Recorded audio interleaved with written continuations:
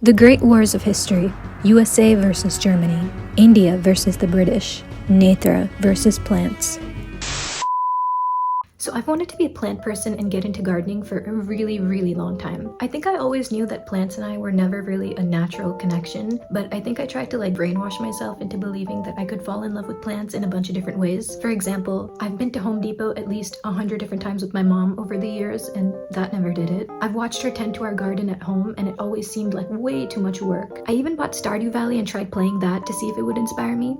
It didn't. And then there was the ultimate test of compatibility. I tried raising plants of my own in college, all of which are now sadly dead. So I just decided to give up. Maybe it was just never going to be in the cards for plants and I. Until I recently attended this wellness forum at work where people were exchanging ideas for different ways to cope with stress and anxiety, and someone suggested something called horticultural therapy, which I think is a form of stress relief by interacting with plants and nature. And at this point, I think I've tried pretty much every other form of therapy, retail, the regular one. So I figured maybe this one's worth a shot as well. So I decided if I was going to rekindle my relationship with plants one last time, I had to lower the stakes as much as I could and make this as easy as possible for me. So here's what I have in mind. Firstly, I only want to grow plants that show results fast because frankly, I just don't want to lose patience in this process. 2, I'd like to opt for something that's low to no cost so I don't feel like I'm investing too much time or money. And 3, the end result just has to be edible because what else are plants even for? So let's give this a go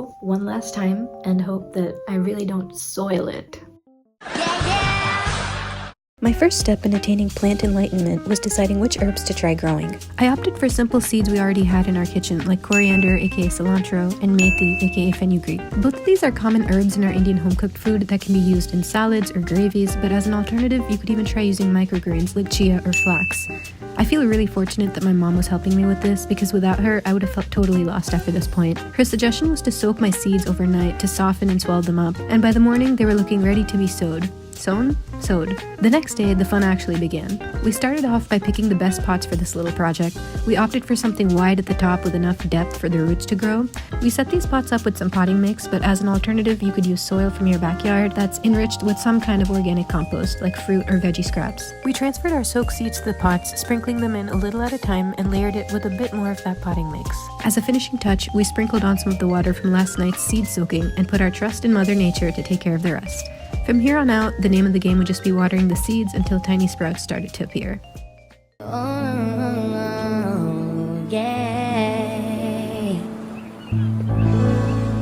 Okay, so today is day 1 of checking in on these plants. My mom actually already watered them in the morning, even though I told her not to. So I just kind of have to lightly touch them up with some water right now. She gave me this water spray bottle, which has rice water and water drained from when she washed some vegetables for lunch today. So I'm just gonna use this rice water concoction to spray both of these herb pots. My mom said a good amount to spray would be until the top 1 inch of the soil is moist. I don't really know what the 1 inch would be, but I'm just gonna try my best. Also, I haven't had a chance to actually take a look at these yet to see if I see any signs of growth. I'm not sure I'm seeing anything right now, but you let me know.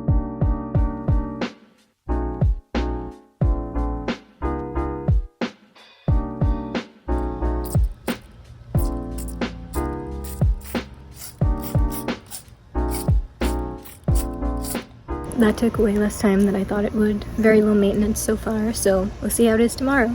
Okay, so today's day 2, and I'm actually starting to see some growth on these plants, which is so exciting. As usual, I kind of forgot to water the plants this morning, so my mom did, but I'm gonna touch them up again really quick with the rice water. I just want to show you how much the methi seeds have grown in just 1 day. It's crazy.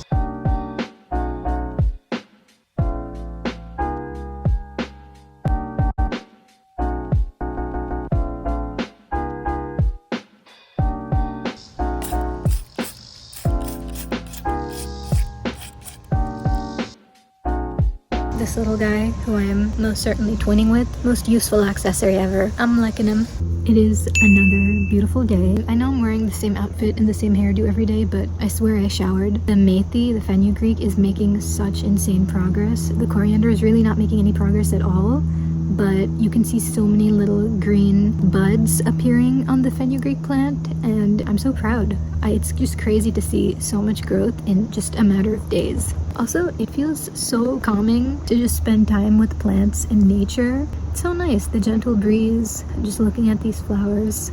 I think I like this little life. So it is Friday, and I'm sure at this point the lack of outfit change is starting to get a little concerning, but my proof that I did in fact shower and am a fresh, clean gal for today is that I cut my hair. I went and got it cut just a couple hours ago. I'm actually going out of town to Seattle, and I figured before I left, I would just sit outside, take in a little bit of the sun, and just enjoy all that Mother Nature has to offer. The weather is so beautiful. The wind, everything is like rustling. There's so many butterflies in the garden. I think it's such a pretty day to stay outside. I'll miss the plants while I'm away, but fear not. My mom and dad will be taking care of the methi and the coriander, and they will be watering it. Who knows, something magical might happen while I'm gone. In any case, I will just chill for a bit now, and most importantly, gotta give the greens the good old sprinkle.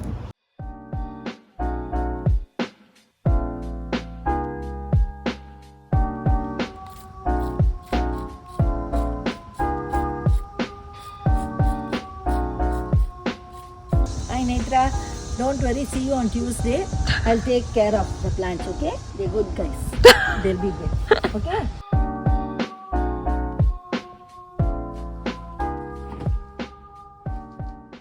While I was off having a ball in Seattle, enjoying my views, food, and friends, I was waking up to sweet video updates like this one from my mom. Hi Netu, look at your green goddess today. Green goddess is saying hello to you.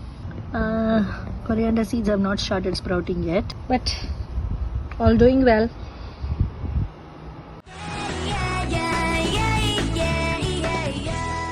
I'm home, and oh my god, I don't know what day it is in this plant growth journey, but the methi is just doing so phenomenally. I'm genuinely floored. Just take a look. Look at that growth. Oh my goodness, it's looking like a little bush.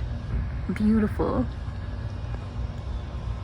Not to call this plant the disappointing child or anything, but I'm not even seeing a weed, so starting to lose faith a little bit. But this one though is impressing me very, very much. Proud of you, bestie. You can do it, sweetie. You can.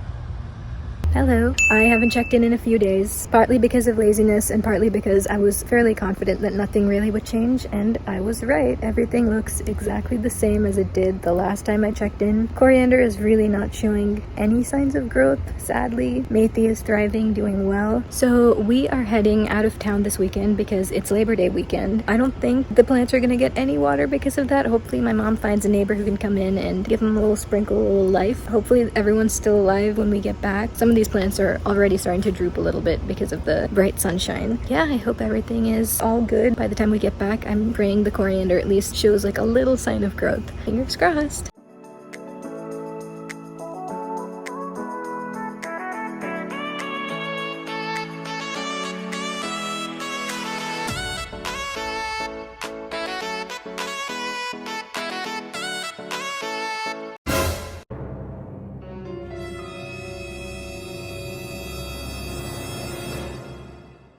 So we are on vacation, and look where my mom brought us.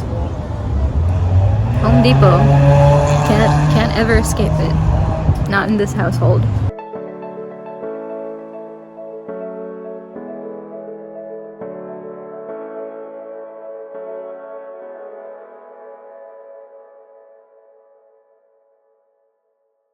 Hello, happy Thursday. It has been admittedly a few days since I last checked in with the herb garden or even with this video. We had some surprising revelations after we got back from Florida that you are about to see. Some new discoveries with these plants. Get ready, about to show it to you guys. So the happiest news here is that the coriander is finally starting to show signs of growth.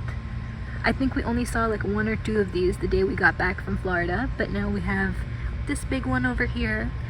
So that makes me very happy. On the flip side though, this is what the methi is looking like, and I'm sure you can see that the leaves are missing from the tops of a lot of these stems, and that is because some dang rabbit or squirrel or some little animal came and chewed up all the leaves while we were gone. All gone. Leaves are slowly starting to come back, I think, but I don't know, you guys. I've never been more of a rabbit hater than I am right now. Darn rabbit. And I can tell this little methi plant is fighting for its life for the leaves to come back. And we only have the rabbits to blame. Damn the rabbits, for real. I'm officially the biggest rabbit hater.